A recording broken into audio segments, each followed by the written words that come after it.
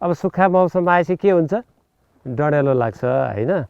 अनि हामी त्यही डढेलो नलागोस् भनेर हाम्रो बाजे कबासे सामुदायिक वनमा चाहिँ अग्निरेखा निर्माण गर्न लागेको छ अब वन समूहले आफ्नो वनमा चाहिँ पूर्व तयारी के गर्ने त वन विकासभित्र अग्निरेखा निर्माण गर्ने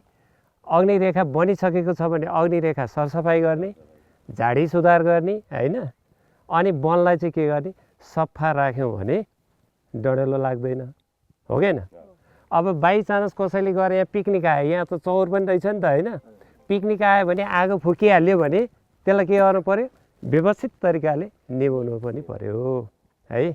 अब अहिले हामी तयारी के छ सबैले कोदालोहरू हातमा हँसिया सबै बोकेर आएको छौँ अब हामी हाम्रो सामुदायिक वनमा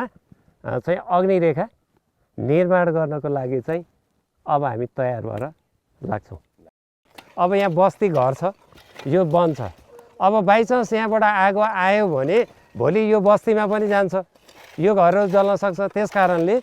यो अग्निरेखा बनाउनुको कुरा चाहिँ के भने आगो बाइचान्स लागिहाल्यो अर्को ठाउँ भने अर्को ठाउँमा चाहिँ नजाओस् भन्नको लागि रोक्नको लागि हो र यो अग्निरेखा भनेको चाहिँ कस्तो भने बनाउने भनेर घाँस मात्र काटेर बनाएर पनि काम छैन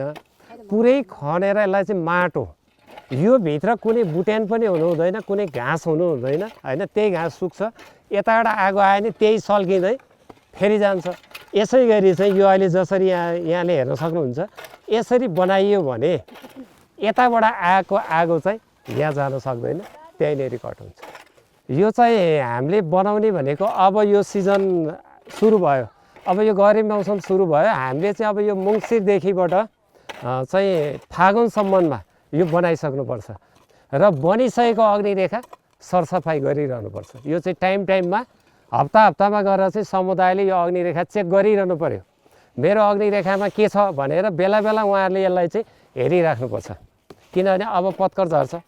अब पात खस्ने बेला भयो अनि हावाहुरी चल्छ त्यो बेलामा गएर फेरि सफा गरिदिइहाल्नु पर्यो